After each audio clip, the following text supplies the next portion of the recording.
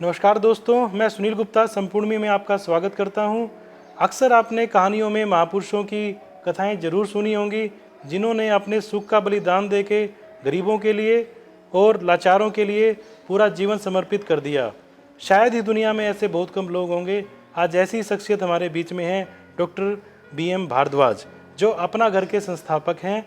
और उनके बारे में मैं आपसे इतना ही कहना चाहता हूँ, इन्होंने अपना पूरा जीवन उन लोगों की सेवा में लगा दिया जिनके बारे में शायद आप और हम बात भी ना करना चाहें, जो शरीर से लाचार हैं, जो दिमाग से लाचार हैं, इवन अपने बारे में खाना मांग भी नहीं सकते, और जो शरीर के कष्ट होते हैं उसके बारे में भी दूसरों को बता नहीं सकते। कीड़े उन लोगों के लग जाते हैं, घर वालों ने उनको दुत्कार दिया होता है और सड़कों पे लावारिस वाली ज़िंदगी वो व्यतीत कर रहे होते हैं। डॉक्टर साहब ने अपना सुख त्याग कर उन लोगों की सेवा में पूरा का पूरा जीवन लगा दिया है।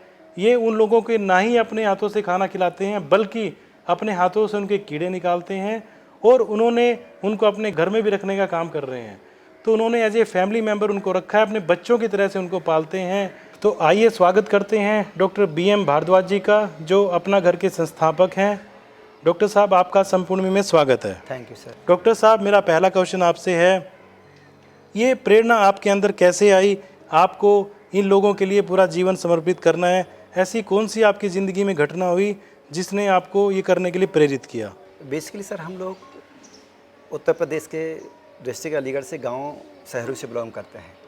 तो हमारे गांव में एक वृद्ध थे, उनका अपना कोई नहीं था, और उनकी उम्र उन दिनों 80-85 वर्ष के लगभग रही होगी।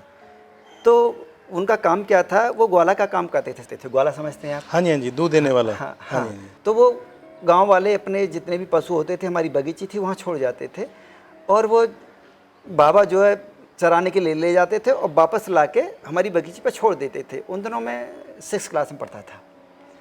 तो एक ऐसा समय आया जब उनकी 80-85 साल उम्र थी कि उनके घाव हो गए बड़े बड़े शरीर में।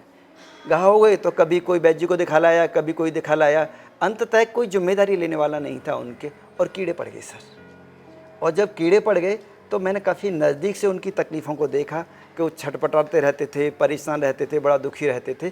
अंततः उनकी मौत हो गई। और उनकी जो मौत हुई, मुझे ऐसा लगा कि जीवन में अगर ऐसे कुछ लोग मिल जाएं तो उनकी सेवा ज़रूर करनी चाहिए, उनको संभालना चाहिए, और जब से मन में था कि कुछ करना चाहिए सर। तो जब आप करीब 10-12 साल के थे, तब आपके दिमाग में आया उस घटना को देख के, बाबा को देख के, कि मुझे इन लोगों के लिए कुछ करना चाहिए? हाँ जी सर जी। डॉक्टर साहब, मुझे एक चीज़ ये बताइए, जब 10-12 क्लास का जब बच्चा होता है, उसका दिमाग खेलने कूदने में और खाने पीने में लगा रहता है, तो आपके अंदर इतनी ऐसी रिस्पॉन्सिबिलिटी कैसे आ पाई कि आपको लगा इन लावारिस लोगों के लिए मुझे अपना जीवन देना चाहिए? नहीं, ये बिल्कुल नेचुरल वे से हुआ। मुझे खुद पता नहीं चला कि ये घटना कब घटित हो गई और कैसे हो गया। ये बिल्कुल एक सामान्य तरीके से घटना घट गई और अपने आप ही हो गई। बस मेरे मन में ये एक भाव बना रहता था कि जिनको कोई संभालने वाला नहीं होता, उनको संभालने की एक जिम्मेदारी ले ली जाए। बस अपने आप हो गया सब कुछ। तो एक तरह से मतलब ऊपर से आपके भगवान के लिए आदेश आया भगवान का, और आपने उसको पालन किया? हाँ, पता नहीं, परमात्मा की मर्जी होगी, परमात्मा को कराना होगा, इस वजह से परमात्मा ने ये करा दिया।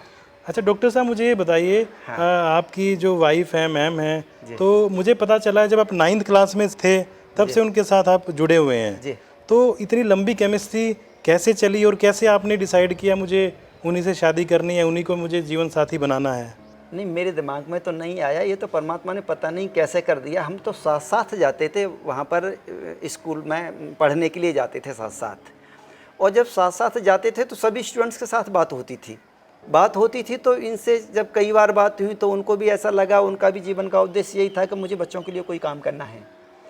तो जब 1 साल गुजर गया हमें बात करते करते, तो विचारों में इतनी समानता पता नहीं धीरे धीरे परमात्मा ने कर दी, और अंततः हम इस निष्कर्ष पर पहुंच गए कि हम दोनों लोग साथ साथ मिलकर काम करेंगे।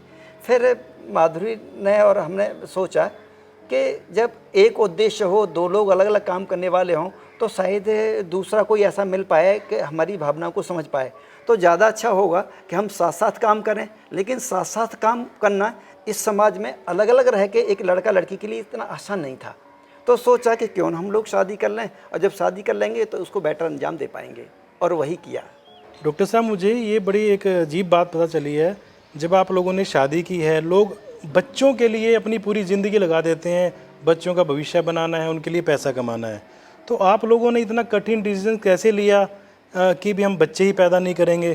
तो ये इतना बड़ा डिसीजन आप कैसे ले पाए और कैसे आपकी वाइफ ने इसके अंदर सपोर्ट किया आपको? माधुरी के मन में आया कि हम बेटर सेवा, क्योंकि उनका उद्देश्य था बच्चों के लिए काम करना, तो उन्होंने सोचा कि बच्चों के लिए हम जब ही काम कर पाएंगे कि 1 या 2 या 3 बच्चे हो जाएंगे तो कंसंट्रेशन उधर चला जाता है, तो हमारा उनका कंसंट्रेशन उधर न जाए। उन्होंने सोचा कि बहुत सारे बच्चे हैं जो लावारिस असहाय बीमार के रूप में हैं और मैं बेटर सेवा कर पाऊँगी अगर मैं अपना कोई इशू न पैदा करूं। और बहुत सारे ऐसे बच्चे हैं, उन्होंने सोचा कि रोड पर पड़े रहते हैं, उनको माँ का प्यार नहीं मिलता, पिता का प्यार नहीं मिलता, हम उनको ये प्रेम देने की कोशिश करेंगे। और मुझे भी बहुत अच्छा लगा कि इससे अच्छा शायद कुछ हो पाए। और आज अपना घर इस स्थिति में है तो शायद मुझे लगता है कि वो डिसीजन माधुरी का इसमें बहुत महत्वपूर्ण है और बहुत योगदान देता है, और उसी का परिणाम है कि शायद माधुरी यहाँ पर जितने भी बेटा बेटियाँ हैं उनको पूरा प्रेम, पूरा लाड़, पूरा दुलार दे पा रही हैं। शायद अगर अपना इशू होता तो शायद प्रैक्टिकली संभव नहीं था। क्या मतलब आपने अपने बच्चों को छोड़ के इन सब बच्चों को अपने बच्चों की तरह से मान लिया और इनकी परवरिश भी आप बच्चों की तरह से ही करते हैं? डॉक्टर साहब, आप जो ये लावारिस लोग आते हैं जिनको कीड़े पड़ जाते हैं, आप इनको प्रभु जी का नाम आपने दिया है, तो इसके पीछे कोई कारण है या आपके अंदर से कुछ वैसी बात आई कि भी हम इनको प्रभु जी कह के पुकारें? तो इसके में थोड़ा सा प्रकाश डालना चाहेंगे इसके ऊपर आप? ये साक्षात परमात्मा का रूप है। भगवान विभिन्न माध्यमों से हम लोगों की परीक्षा लेने के लिए आते हैं। वो कितनी तकलीफ पाते हैं, किसी को टीबी हो जाती है, किसी को कैंसर हो जाता है, किसी का हाथ कट जाता है और वो पड़े रहते हैं।